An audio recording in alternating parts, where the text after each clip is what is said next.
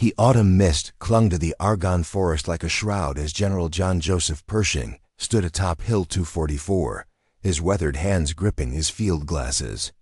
Below him, nearly 1.5 million American soldiers prepared for what would become the largest military operation in United States history. It was September 26, 1918, and the fate of the Great War hung in the balance. "Sir, the artillery barrage will commence in 30 minutes, announced Colonel George Marshall, his breath visible in the crisp morning air. Pershing nodded grimly, knowing that the next 47 days would either end the war or condemn millions more to die in the trenches. The German Crown Prince Ruprecht of Bavaria had transformed the Meuse-Argonne sector into an impregnable fortress. 4 years of meticulous construction had created the Hindenburg Line, a maze of concrete bunkers, barbed wire entanglements, and machine gun nests that stretched from the river Meuse to the dense Argonne forest. The Germans called it their Siegfried Line, and they believed it to be unbreachable. Private William Thompson of the 77th Infantry Division crouched in his muddy trench, clutching his Springfield rifle with white knuckles. At 19, he had never imagined that leaving his family's farm in Kansas would lead him to this moment. Around him, doughboys from every corner of America waited in tense silence. Italian immigrants from New York, Irish laborers from Boston, German Americans whose loyalty would soon be tested in the most ironic of ways. The offensive represented more than military strategy. It embodied President Woodrow Wilson's vision of American power on the world stage. For 3 years, European allies had questioned whether American forces could match the battle-hardened veterans of the Western Front.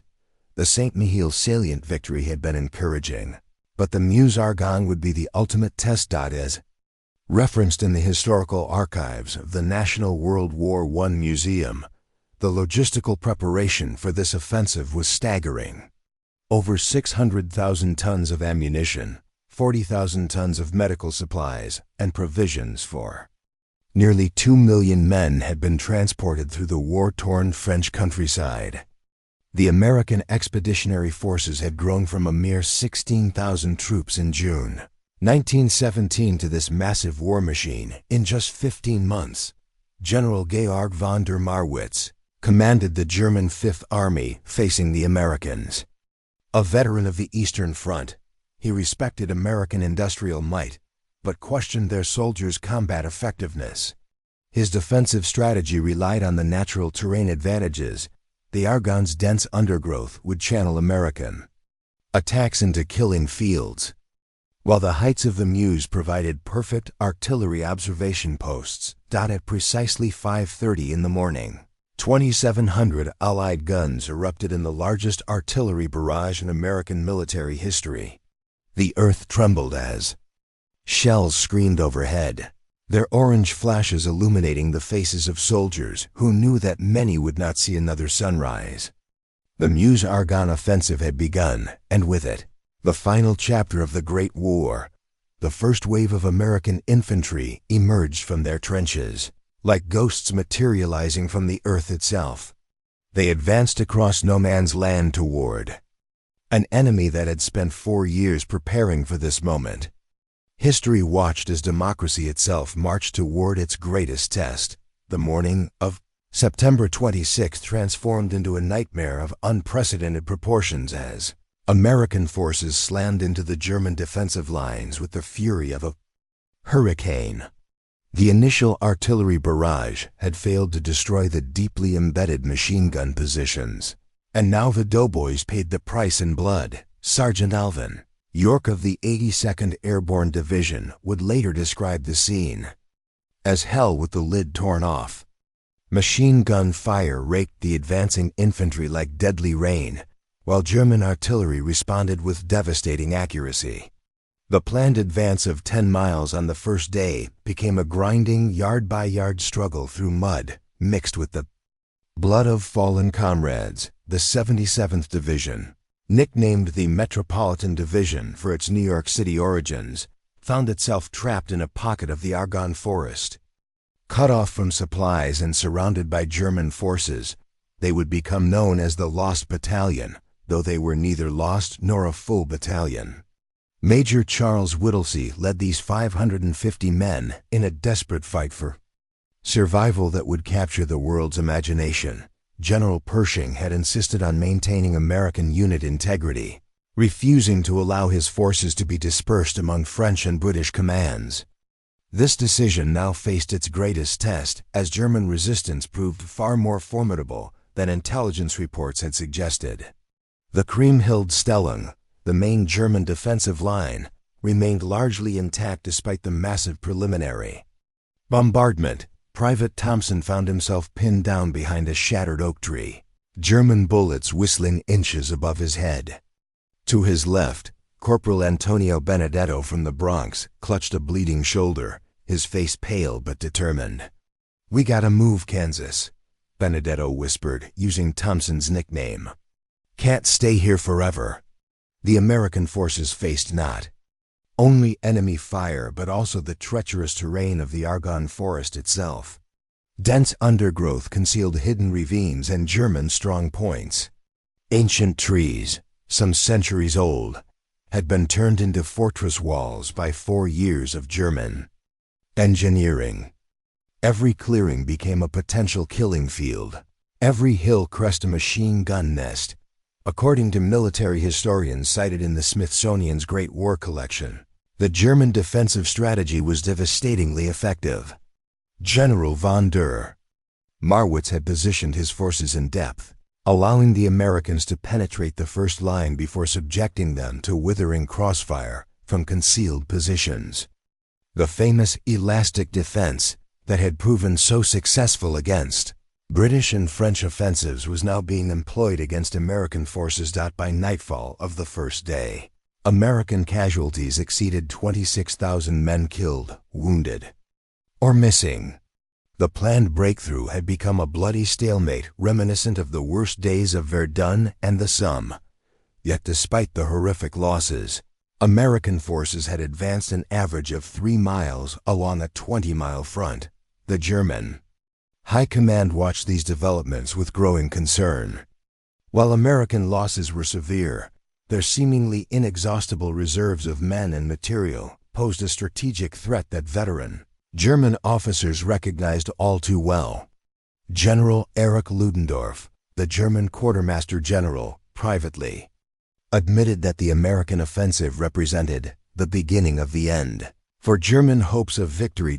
As darkness fell over the blood-soaked battlefield, medical corpsmen crawled through no man's land searching for wounded. The haunting cries of medic echoed through the night, a grim symphony that would continue for 46 more days.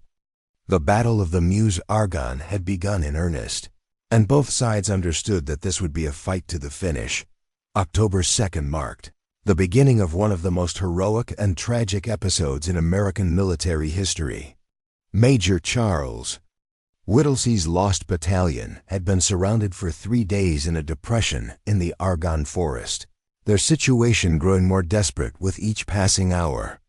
550 men of the 77th Division found themselves cut off from the main American force, completely surrounded by German troops, who seemed to materialize from every shadow. The Germans had allowed the American battalion to advance into their lines, then closed the trap behind them. Now Whittlesey's men occupied a pocket roughly 300 yards long and 60 yards wide, with German machine gun nests commanding every possible escape route. Ammunition was running low, medical supplies were exhausted, and many of the wounded were dying for lack of proper care. Private Abraham Krotoshinsky, a Jewish immigrant from the Lower East Side of Manhattan, volunteered for what everyone knew was a suicide mission. He would attempt to crawl through German lines to reach American forces and call off the artillery barrage that was falling on their own position. For hours he belly crawled through the dense undergrowth, avoiding German patrols and fighting through his own terror. Meanwhile, the main American offensive continued its bloody progress. General Pershing faced mounting pressure from Allied commanders who questioned his tactics and enormous casualty rates. The French Marshal Ferdinand Foch suggested that American forces be redistributed among more experienced Allied units, a proposal that Pershing rejected with characteristic stubbornness. "The American soldier will fight under the American flag," Pershing declared at a heated conference with Allied commanders. His decision would prove costly in the short term, but essential for American military prestige and post-war political influence. The German defenders, led by General von Gallwitz of Army Group Crown Prince Ruprecht, had turned every natural feature into a fortress. Machine gun nests were positioned to provide interlocking fields of fire, while concealed artillery observers directed devastating barrages onto American positions. The famous Hindenburg Line was proving every bit as formidable as its reputation. Suggested. As detailed in the official records of the American Battle Monuments Commission, the tactical challenges facing American forces were immense. Unlike the relatively open terrain of earlier offensives, the Argonne forest provided perfect defensive positions for German forces while channeling American attacks into predictable corridors. Every ravine became a death trap, every hill crest a machine gun position. Back in the pocket, Major Whittlesey made the decision that would define his legacy. When German forces offered surrender terms, he sent back a message that would echo through American military history: "Go to hell." His men, exhausted and hungry, responded with a cheer that could be heard by German positions. They would fight to the last man rather than surrender. Private Thompson, fighting with the main force, attempting to relieve the lost battalion, witnessed scenes of courage that would haunt him for the rest of his life. He watched Italian-American soldiers charge German machine gun nests with nothing but bayonets and raw courage. He saw Irish immigrants from Boston's docks stand firm under artillery bombardment that would have broken veteran troops. The diversity of American forces became both a strength and a challenge. Language barriers sometimes complicated tactical coordination, but the shared commitment to democratic ideals created a bond that transcended ethnic differences. German-American soldiers fought with particular ferocity, determined to prove their loyalty to their adopted homeland. As the fifth day of the Lost Battalion's ordeal began, American forces finally began to make progress toward their trapped comrades. The cost was enormous. Entire companies were reduced to handfuls of survivors. But slowly, methodically, they fought their way through the German defensive lines. The question remained whether they would arrive in time to save Whittlesey's men. October 8, 1918, dawned gray and misty as Corporal Alvin York of the 328th Infantry Regiment prepared for what would become the most famous individual action of the entire war. A conscientious objector from the Tennessee mountains who had overcome his religious doubts about killing, York embodied the transformation of American society through the crucible of war. York's patrol of 17 men had been tasked with silencing German machine gun nests that were decimating American advances. As they moved through the dense Argonne undergrowth, they stumbled upon a German regimental headquarters. In the firefight that followed, York's marksmanship skills, honed by years of hunting in the Tennessee hills, proved devastating to German forces. "Every time I saw a German head, I just touched it off," York would later recall in his distinctive mountain dialect.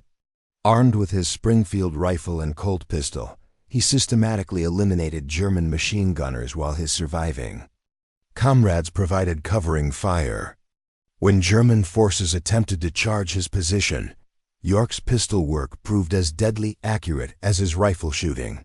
Simultaneously, the relief effort for the Lost Battalion reached its climax. American forces, led by the 77th and 82nd Divisions, finally broke through German lines after 6 days of continuous fighting. The cost had been enormous, over 400 casualties, to save fewer than 200 survivors of Whittlesey's original force. Major Whittlesey emerged from his forest prison a changed man.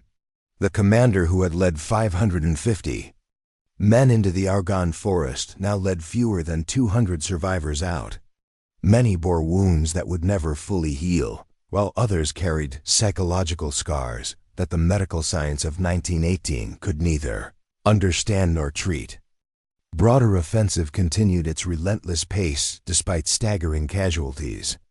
General Pershing's strategy of direct assault against prepared positions was proving costly beyond all previous American military experience.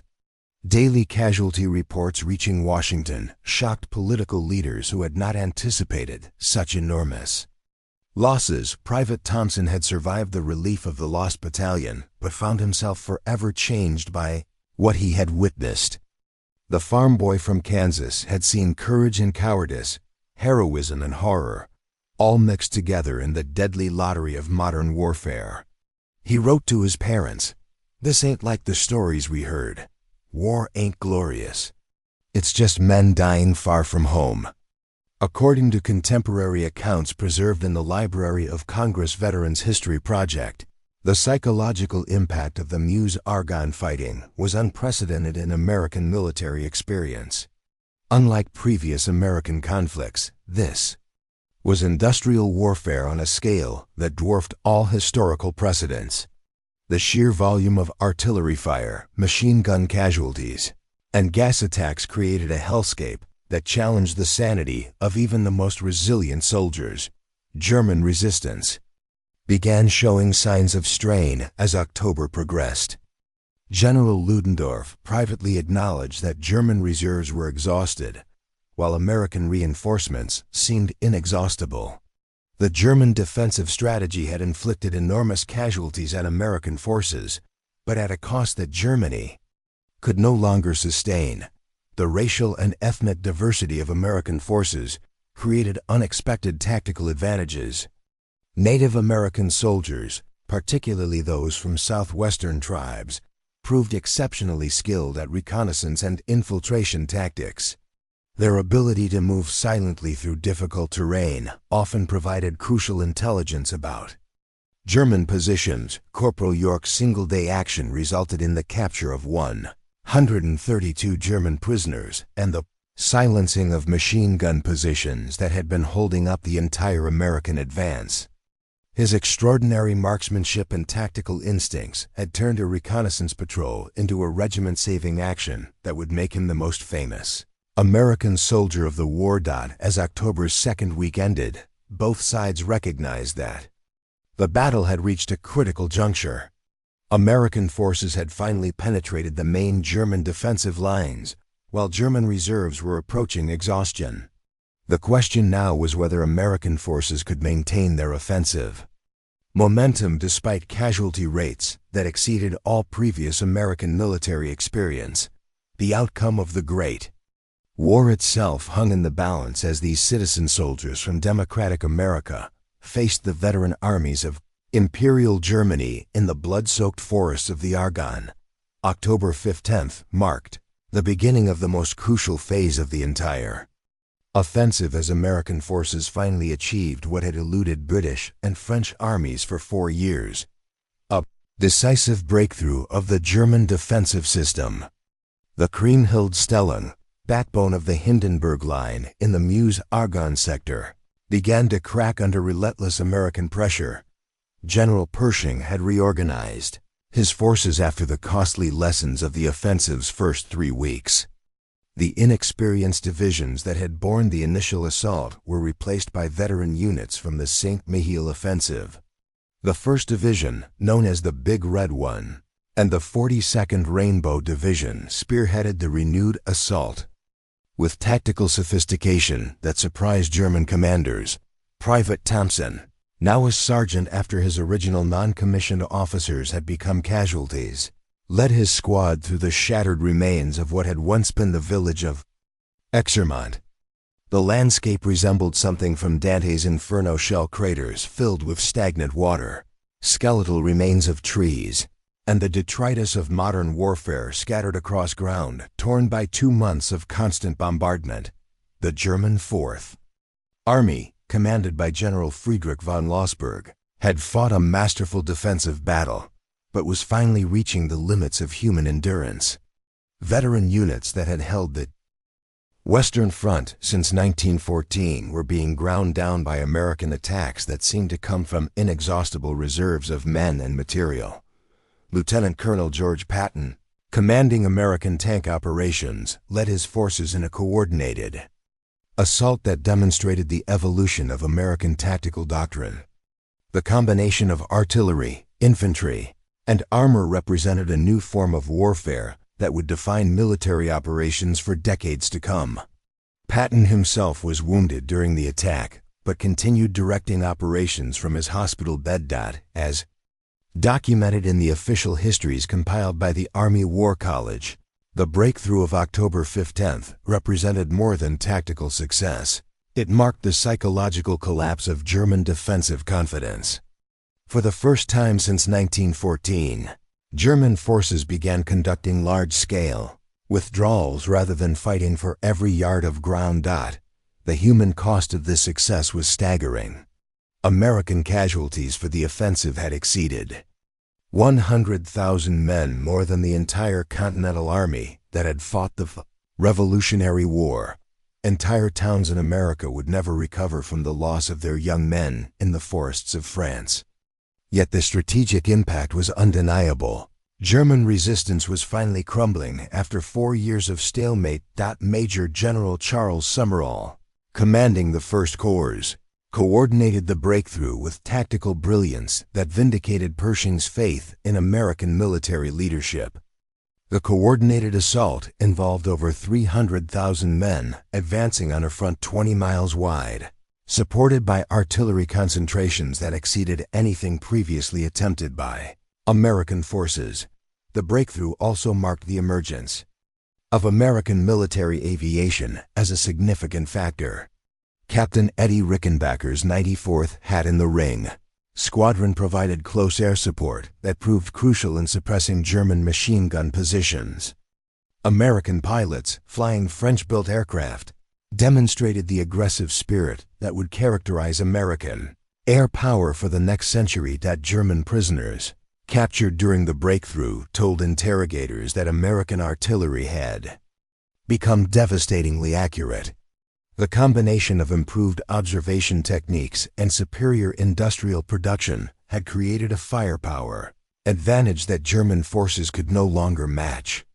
The famous German counter-battery fire that had neutralized Allied artillery earlier in the war was becoming increasingly ineffective. Sergeant Thompson's squad captured a German machine gun position that had been holding up the advance for 3 days. The German soldiers they found were exhausted teenagers and middle-aged reservists, a far cry from the elite troops that had initially defended the position. "They looked more scared than we were," Thompson later wrote to his family. The strategic implications of the breakthrough extended far beyond the Meuse-Argonne sector. German forces throughout the Western Front began withdrawing to shorter defensive lines as reserves were rushed to contain the American advance. The unified Allied offensive that had been planned for 1919 was becoming unnecessary as German resistance collapsed ahead of schedule. By October 20th, American forces had advanced 15 miles from their starting positions and captured over 15,000 German prisoners. The Hindenburg Line, symbol of German defensive invincibility, lay in ruins behind advancing American forces. The end of the Great War was finally within sight. November 1st, 1918, opened with American forces launching what would prove to be the final major assault of the Great War. General Pershing, sensing that German resistance was near collapse, ordered a coordinated offensive along the entire American front.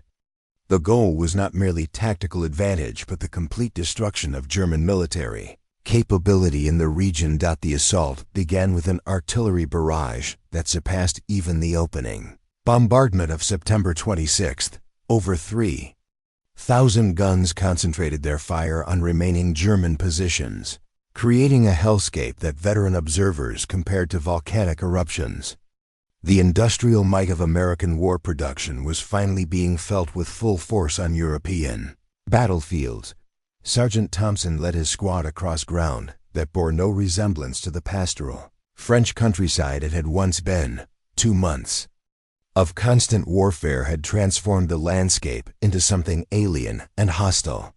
Trees existed only as blackened stumps, roads had disappeared beneath shell craters, and the very soil seemed poisoned by the chemicals of modern warfare. German resistance that had seemed so formidable in September now crumbled with surprising speed. General von der Marwitz's Fifth Army, reduced to less than half its original strength, began a fighting withdrawal toward the Meuse River.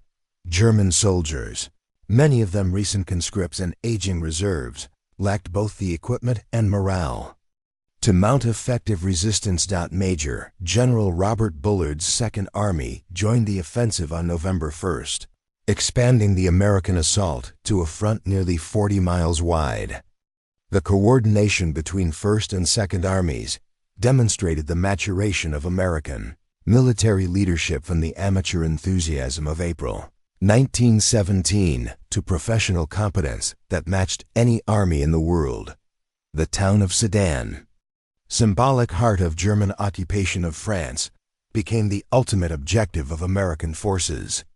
Sedan had witnessed Napoleon III's surrender in 1870 and represented German dominance over France for nearly half a century.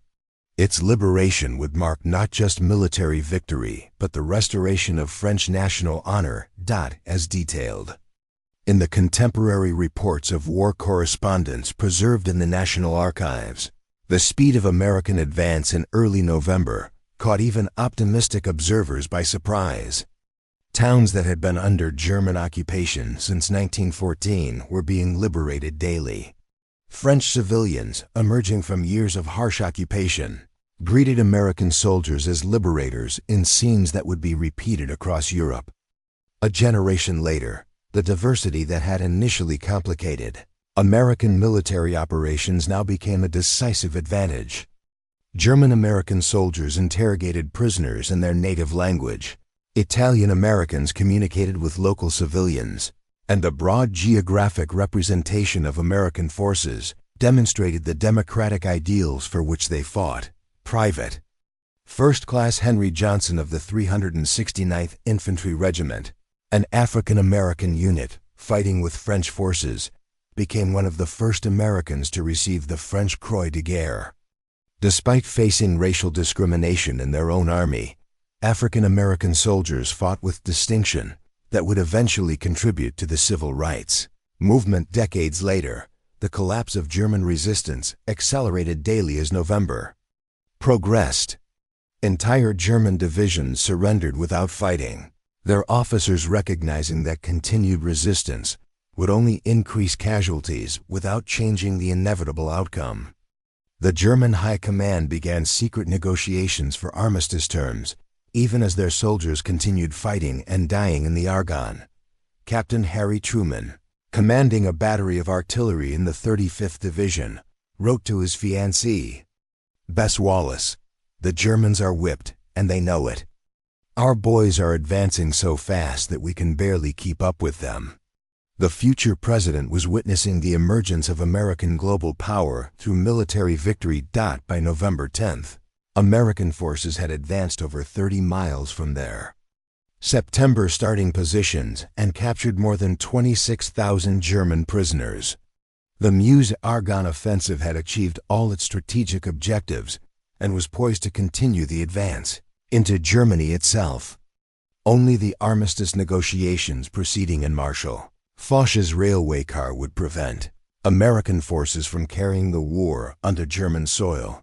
The psychological impact of American success extended far beyond military considerations. European observers recognized that the United States had emerged as a world power capable of decisive military intervention.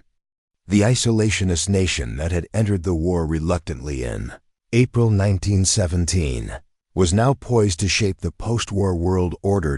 At 11 o'clock on the morning of November 11th, 1918, an unnatural silence descended over the Meuse-Argonne battlefield. For the first time in 47 days, the sound of artillery fire ceased, Machine guns fell silent, and soldiers on both sides emerged from their trenches to witness the end of the Great War. Sergeant Thompson stood in a shell crater that had been his home for the past 3 days, hardly believing that the killing had finally stopped. Around him, American soldiers began the surreal process of transition from mortal combat to peaceful coexistence with enemies who had been trying to kill them just moments before. German soldiers, many appearing relieved rather than defeated, began the long march toward prisoner-of-war camps and eventual repatriation. The statistics of the Meuse Argonne offensive staggered even military professionals accustomed to the massive scale of modern warfare. American casualties totaled 117,000 men killed, wounded, or missing. An entire generation of young Americans had been sacrificed in the forests and fields of eastern France. Yet their sacrifice had achieved what 4 years of Allied efforts had failed to accomplish: the decisive defeat of German military power. General Pershing surveyed the battlefield from the same Hill 244, where he had planned the offensive 7 weeks earlier. The landscape bore no resemblance to the pastoral French countryside that had existed before the war. Shell craters filled with stagnant water stretched to the horizon, while the skeletal remains of the Argonne forest stood as monuments to the destructive power of industrial warfare. The immediate aftermath of victory revealed both the triumph and tragedy of American involvement in the Great War. Units that had begun the offensive with full strength were reduced to handfuls of survivors. The 77th Division, which had provided the lost battalion, had suffered over 80% casualties. Similar losses affected units throughout the American Expeditionary Forces. Private First Class Alvin York, now the most famous American soldier of the war, found himself struggling with celebrity status that seemed incompatible with his religious beliefs and mountain origins. The Tennessee conscientious objector, who had become a war hero, embodied the transformation of American society through its first global military intervention. Major Charles Whittlesey, leader of the Lost Battalion, received the Medal of Honor, but never recovered from the psychological trauma of commanding men in impossible circumstances.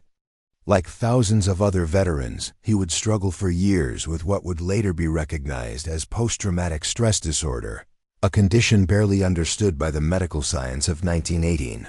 The strategic consequences of American victory extended far beyond the Western Front.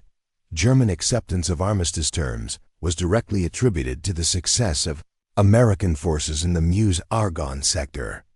Kaiser Wilhelm II's abdication and the establishment of the Weimar Republic followed directly from German recognition that continued resistance was futile against American industrial and military power, as documented in the post-war memoirs collected by the Veterans Administration. The psychological impact of victory was complicated by the enormous human cost. American families celebrated the end of war while simultaneously mourning losses that would affect entire communities for generations. The paradox of democratic victory achieved through unprecedented casualties would influence American foreign policy debates for decades. The Meuse-Argonne offensive had demonstrated both the potential and the price of American global leadership. A nation that had entered the war with an army smaller than Belgium's had created military forces that decisively influenced the outcome of the world's greatest conflict. The transition from continental to global power had been achieved, but at a cost that would shape American attitudes toward international involvement throughout the 20th century. Sergeant Thompson survived the war but carried its scars for the rest of his life. Like millions of other veterans, he returned to America that had been transformed by its first experience as a global military power. The farm boy from Kansas had witnessed the birth of American military dominance and the end of European supremacy in world affairs. The 47-day battle that had begun in the autumn mists of September 26th ended in the gray dawn of November 11th, 1918. The Meuse-Argonne offensive had achieved its strategic objectives, But its true significance lay in establishing American military credibility on the world stage. The United States had earned its place among the great powers through the sacrifice of over 100,000 casualties in the forests and fields of France. As the guns fell silent on the 11th hour of the 11th day of the 11th month, both sides recognized that the world had been forever changed. The American Expeditionary Forces had not merely helped win a war. They had announced the arrival of American power as a permanent factor in global affairs. The fierce 47-day fight that changed history had ended, but its consequences would shape the century to come.